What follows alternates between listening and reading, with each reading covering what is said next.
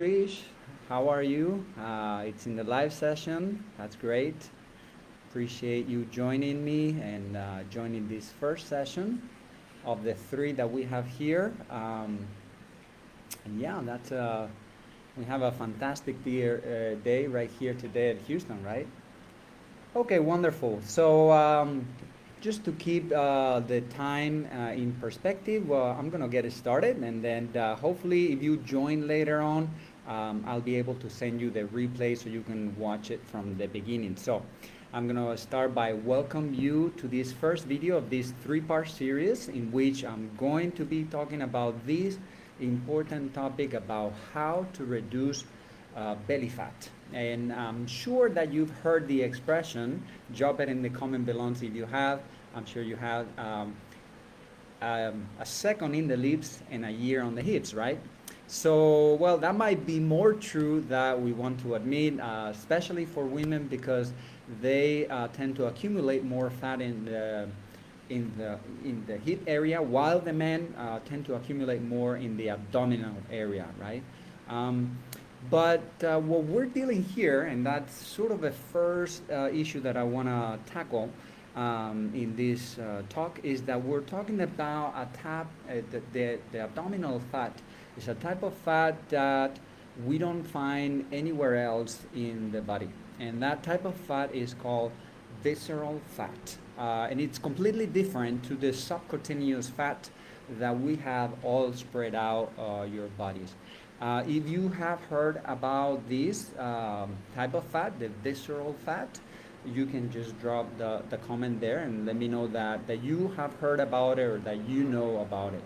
Um, and so one of the reasons why visceral fat is different is because it receives less blood flow and therefore it accumulates fat more easily and it's harder to move it along. So that's one of the reasons.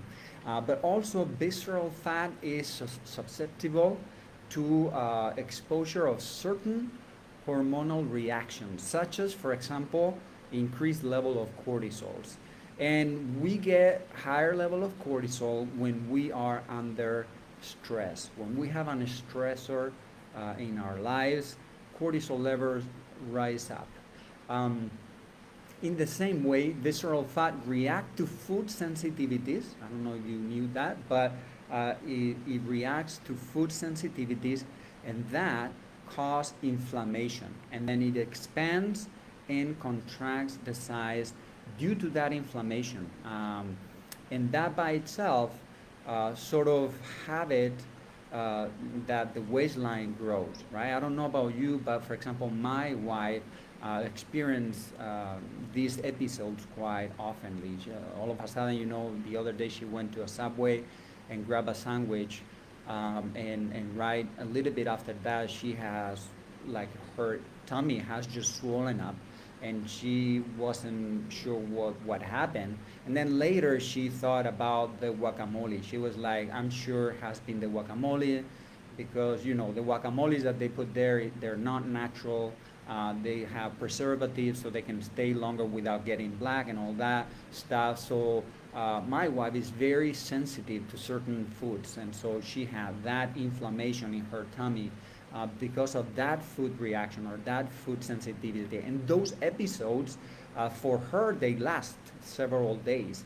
And an episode like that can, that fluctuation of size can by itself increase the waistline. So that's one of the factors as well of the visceral fats that we were talking about. And certainly accumulating fat can be a source as well of psychological frustration that can create a sense of discontentment when day after day you're looking at yourself in the mirror and you do not feel happy about what you see. And there's certainly nothing wrong about wanting to look good and to improve your self-esteem, and fitting again in clothes that you might have left in the corner of the wardrobe for a while. And trust me, I know what I'm talking about here. However, accumulating belly fat has other negative consequences beyond the aesthetic appearance. It might be also associated with conditions such as cardiovascular problems, insulin resistance, diabetes to sleep apnea or high blood pressure, among others. So what I would encourage you right now is to think about how much of aesthetic discontent and how much is it of a potential health concern that you might have, right? But the good news is that either way, this is something entirely reversible. Okay, so I'm reading here that trees totally agree with the saying, right? A second on the leaves. Thank you for that. All right, so what we're going to do, we're going to dive in, before diving in into how to eliminate or to reduce that type of fat that we're talking about here, before trying to find solutions, I think it is first very important to understand how did we get there in the first place, right? How did we get there in the first place? And the purpose of today, of the lesson or the session of today, is to get to the root of the problem instead of trying to find a solution. I think it's very important that we go first to the root. And I'm sure that you're familiar with the snowball effect. When a very small ball of snow starts sliding down the hill and eventually becomes a massive ball that keeps growing and growing and growing. So the result of your current situation, whatever it is, either if it is an aesthetic discontent or a health concern, is precisely the accumulation of several factors that have been slowly progressing and adding to the problem. Excuse me. So I always like to illustrate with stories. So to illustrate this point, I would like to use myself as an example. Exactly 1 year ago now, I was at my heaviest. I was 204 pounds, and I was probably at my lowest point in my life. And even though this is sort of personal for me to share with this audience, because part of the receivers are going to be colleagues from my school. But I think I'm going to do this because it's relevant for you to see the psychological implications behind it. So I was coming from accepting what I consider a professional failure, and I'll explain myself a little bit more. I studied 2 years, a master's in education, and I was given a prominent administrative position in my school, but things just did not work out the way we wanted to, and the position came to an end. And I was feeling confused, I was feeling lost, I was feeling regretful that I didn't do better. So I was a little bit of adrift, I think, in my life without a clear purpose or where to go. But the reality is that the position brought new challenges, new responsibilities to me, and little by little I started replacing healthy habits for other habits, right? I stopped waking up early to exercise, and instead I started to plan my agenda, respond to emails, create documents to better serve my school and my employee. But without noticing, I started to sort of entering into a negative spiral that would take me deeper and deeper underneath that dissatisfaction that I didn't know I had. Honestly, I mean, I did not touch base with that dissatisfaction myself. I keep telling myself that I would, start eating properly and exercising the following week, and then I would say, okay, I'm going to start next month, and then I would say, okay, I'm going to start in January. But the reality is that never happened. It never happened. I tried several times to revert the situation. I would try a program here for 2 weeks. I would try this sport, I would try this diet, but because I wasn't seeing any changes in the scale, I would just get discouraged and I would quit, right?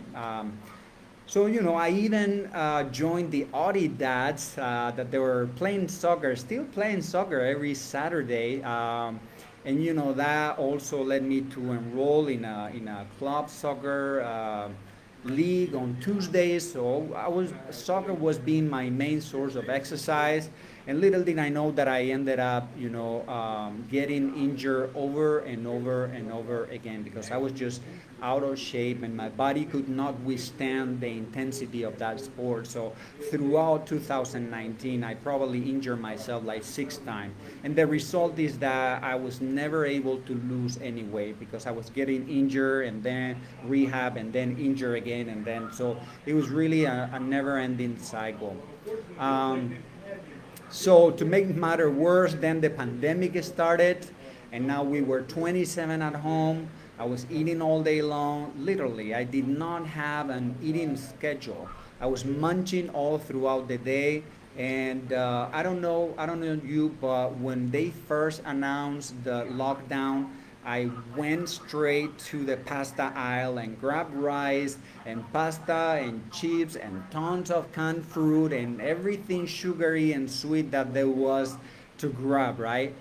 So the reality is that I ate ridiculous amount of carbs, processed foods, sugar, and no wonder I wasn't making any progress. So, okay, stop my anecdote here. So what I would like to do now is to sort of break down my story to see what were the factors that little by little took me to the point when I look at myself at the mirror at 204 pounds and I was just unhappy, right? So what were the factors that slowly took me there, And it's something very subtle. It's something that you don't notice that is happening, right? Until one day you sort of touch base with it. So I'm going to start with the first factor, and I think we're looking at the root cause of everything. And the root cause of everything are the stress levels. I want to really emphasize how important this is, stress levels. The initial small snowball was stress. I was given a new position, new responsibilities. That created systematic stress in my life. Every day was a new challenge, unknown territory, dealing with conflicts, dealing with problems, loose ends. That alone, had me exposed to high level of cortisols on a regular basis. And as I mentioned before, cortisol affects fat distribution by causing it to store centrally around the organs. And that by itself is going to increase the diameter of your waistline. Just that. So really the stress level messed up my energy levels. They messed up my sleeping cycles as well. I started having difficulties falling asleep, waking up. I started messing up with my exercise routine. So either I was not waking up early to train, or I did not feel that I had the energy to power through my workout. And scheduling the workouts after school seemed like impossible for me because I was mentally and physically wiped out after school. And I'm sure you guys can relate to that. So, it came to a point that I thought it was useless to be vigilant with my diet. I was thinking that, who am I kidding? I'm not getting anywhere. I'm not getting any better. So, I ate whatever gave me some comfort, right? And I can tell you that we have something available out there. If we have something available out there, that is that type of food, the comfort food. It is everywhere you go. You don't have to look for it a lot. We are surrounded by hyper palatable foods that taste delicious. They taste great, but they have very, very little nutritional value. And I was continuously surrounded by it. So my waistline was about, it started to grow by the days. 170 pounds quickly became 180 in a matter of a month. 180 became 190. And 190 became 200 by Christmas. And 200 became 204, 205 by March. So you can see the psychological stress and the hormones itself impacted the motivation as well, the discipline, the mindfulness, the moderation, until that little by little that spiral go out of control, and it was very, very difficult for me to revert that effect, right? So I want to really pause here. I apologize if there is some noise, some background noise. There is a plane right now, but I want to pause right now and sort of have you reflect on what are the stressors in your life. and how are they impacting your life and your life quality? Have you been under more stress lately? And you can comment here below if you want in the comment. Have you been under more stress lately? How has that impacted your health? Um, what about your sleeping patterns? Um, has that impact your exercise routine, your eating habits? If you do feel some discontentment or slight concern of your health, is it more health related or is it more aesthetic related? So I just want you to sort of start touching base on where you are in that. You can comment if you want or not. You can just take a mental note, right? All right, so hola Francisco. I have a friend of mine saying hi. So I'm going to move on now to the second factor that sort of got me to where I was. And that was the confusion with food choices. The confusion with food choices. Thinking as I thought that I was a healthy person, I was making poor choices, and I'm not ashamed to admit that and to just share that with you, right? And so I'd like to once again illustrate that story or this point with a story. And the other day I was just buying something at the supermarket, and I was on my way to the dairy products, and I saw a Hispanic lady with her teenager daughter and her youngest son, her young son. The boy might be 8, and the girl perhaps she was 14 or 15. But the three of them had some clear overweight, all three of them. And I say that very respectfully, but ever since I started taking care of my physical body, I do notice this thing. So it was just an observation. I noticed that. Um, well, I was myself reading some labels to choose the best yogurt with the best nutritional values.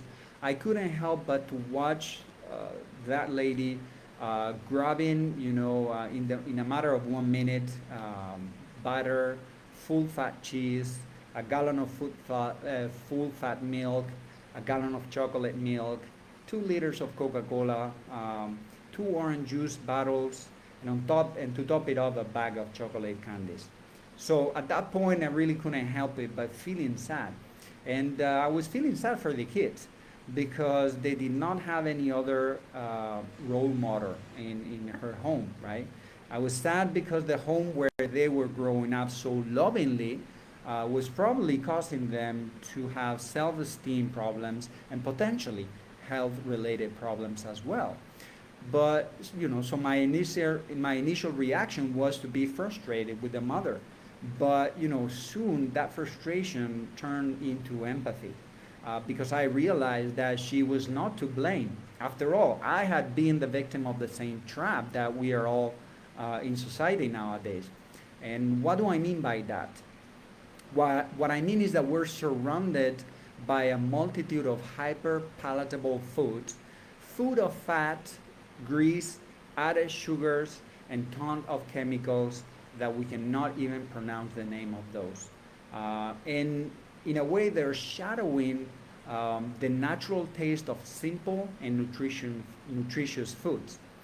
The food industry does not care about our health, nor the health of that family in particular. The only thing that they care about is about selling their product. And that frustration really fire or lighted the fire in my calling, in my passion, even more.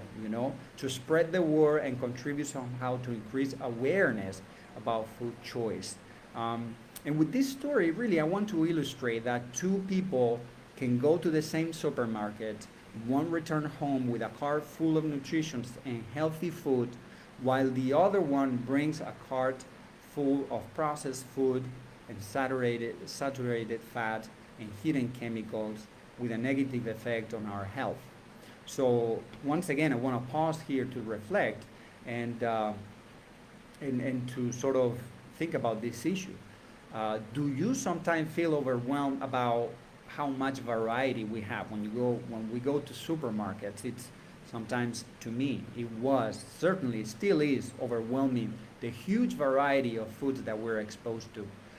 This might not apply to you. You might be a very well-informed consumer who reads labels and understands the words that are even impossible to pronounce for me. And if that is the case, really, honestly, I want to congratulate you, because it's not the case of the majority of the population. So that was the second factor. For me, it was very difficult to make the right food choices. And the third factor that I want to mention here that got me where I was the confusion to find a solution, right? The confusion or misinformation to find a solution. And I mentioned that I tried several things. I tried CrossFit, I tried soccer, I tried the Atkins diet, the keto diet. I tried several things, and I found myself jumping from one program to another, right? It's like, imagine you're in quicksand and they keep throwing lines at you that they're not anchored. So that was sort of the way I found myself in that quicksand, sinking and sinking every time, not having a real solution. So I want to illustrate this with a very personal story for me, and I hope you're patient, and but this story is really going to make sense and drive home my point. Just yesterday, I called my mom, because I don't know if you know this, but yesterday was Mother's Day in Spain. In Spain, we celebrated the first Sunday of May, so it was Mother's Day. I called her, and my mom, we were into the conversation. We didn't have anything else to say, and then my mom told me that she was a bit discouraged because she has gained some weight, and to make matters worse, she recently, well, in September, she got injured, and she's not able to walk anymore. So she's in the house, she's eating too much, and she's gained some weight. So I was just listening to her. She knows that I recently got a certification in nutrition. I didn't say anything, but instead I just asked her questions. I just asked her questions. So I started asking her how that made make her feel. How do you feel about that? And she started telling me that she was concerned because her doctor has told her that her liver is not distributing the fat effectively, and therefore fat was accumulating quickly. My mom is a very positive person by nature, and but I could tell that underneath she was really worried about this situation, and frankly, so I was. So for some time, I just listened to her, and I kept asking questions. So I asked her, so Mom, what do you normally eat for breakfast? What do you normally eat for lunch and for dinner? And she started telling me all the things that she would normally eat. And to be frank with you, I was shocked. I was shocked because I've always considered my mom first to be an outstanding cook, and secondly, I consider her to be a very healthy person. However, I was just alarmed to learn that she weighs 75 and a half kilos with only 155 centimeters of height. That's a lot. So she obviously has some weight that she needs to lose. And so as I listened to her, I realized that all the things that she considered healthy were actually were not going to help her lose any weight at all. She mentioned, like for example, a detox day of eating just apples, like eating 1 kilo of apples, or having fruit juice for breakfast, and on and on and on. She started telling me all these things that she ate, or that she normally eats, and that she considers to be healthy. So I didn't say anything. I didn't jump into advice or anything, but I asked her, well, how much weight would you like to lose? And she told me that she needed to lose about 10 or 20, 10 kilos or 20 pounds. So I asked her, okay, so what would be a logical time frame for you to lose that weight? And she told me, well, I guess it'd be great to do it in 3 months. And, after she told me everything that she was doing, I started explaining very simple principles that she needed to follow. And I started explaining to her in detail. And for me, these principles are so easy. They're so common now. They're so common sense because I've learned them throughout this year, and I'm applying them day after day after day, right? But I noticed that my mom was getting quieter and quieter and quieter as I talked.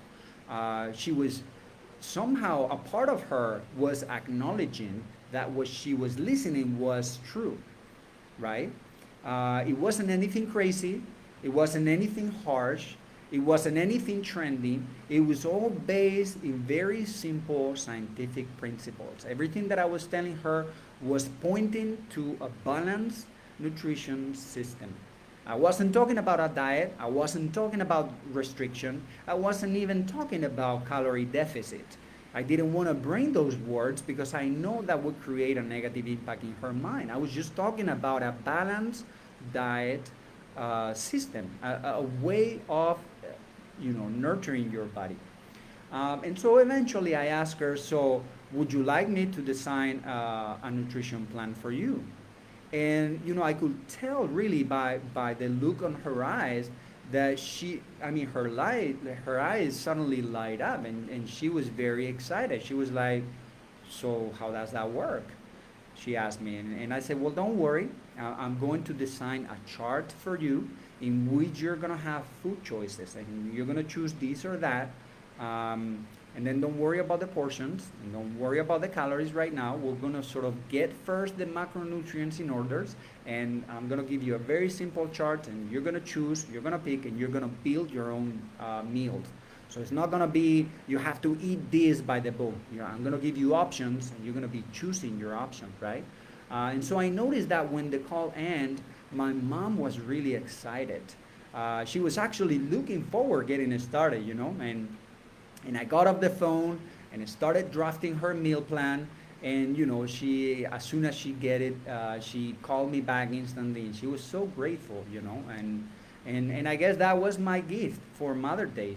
I told her, look, that's my gift as Mother Day. I'm gonna be your coach, and we're gonna work together until you lose those 10 kilos or 20 pounds. I'm gonna make sure that you get to your goal, and being away and being able to sort of help my mom in that regard, it's it's a gift for me as well. So I'm also gonna sort of share with you that I was just on the phone with her before this session here, and she did a fantastic day. She did a very good day. She was sending me pictures of everything she's eating today, and let me tell you, she's right on target. Because she's a great cook, and I know she's going to achieve those goals. So, certainly, my intention with this story is not to make you feel bad. I mean, with the entire session at all, right? My intention for the first episode is really to reflect on how we got where we are today, right? Identify the possible causes that have led us to be where we are.